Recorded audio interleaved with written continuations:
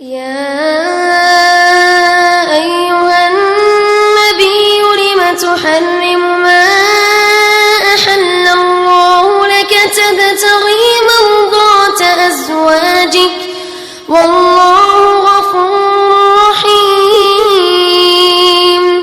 قد فرض الله لكم تحلة أيمانكم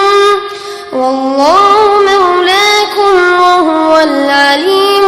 الحكيم وإذ أسر النبي إلى بعض أزواجه حديثا فلما نبأت به وأظهره الله عليه عرف بعضا وأعرض عن بعض فلما نبأها به قالت من أنبأك هذا قال نبأني العليم الخبير إن تتوبا إلى الله فقد صغت قلوبكما وإن تظاهرا عليه فإن الله هو مولاه وجبريل وصالح المؤمنين والملائكة بعد ذلك ظهير عسى ربه إن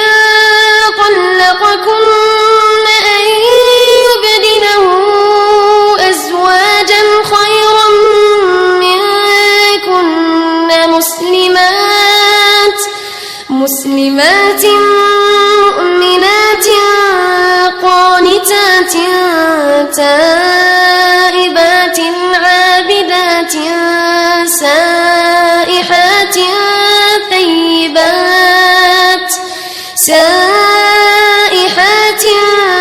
ثيبات وأبكارا يا أيها الذين آمنوا قوا أنفسكم وأهليكم نارا وقودها الناس والحجارة عليها ملائكة غلاظ شداد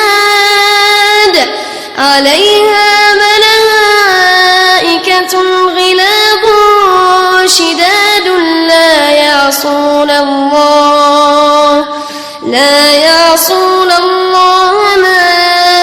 أمرهم ويفعلون ما يؤمرون يا أيها الذين كفروا لا تعتذروا اليوم إنما تجزون ما كنتم تعملون يا أيها الذين آمنوا توبوا إلى الله توبة نصوحا عسى ربكم أن يكفر عنكم سيئاتكم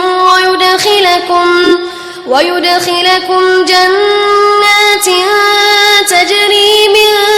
تحتها الأنهار يوم لا يخزي الله النبي والذين آمنوا معه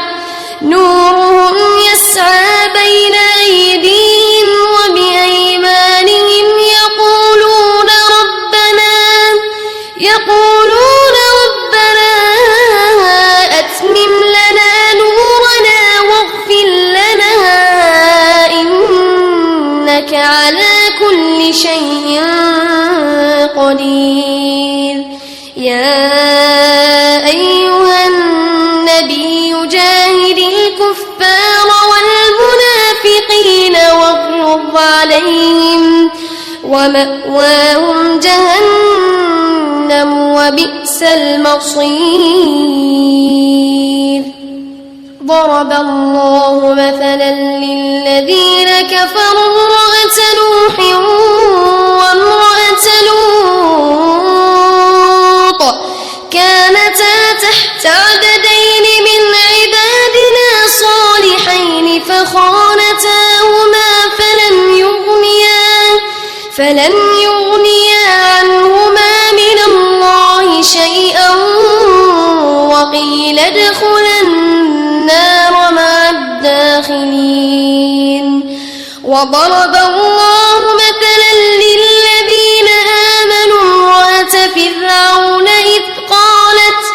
إذ قالت رب ابن لي عندك بيتا في الجنة ونجني من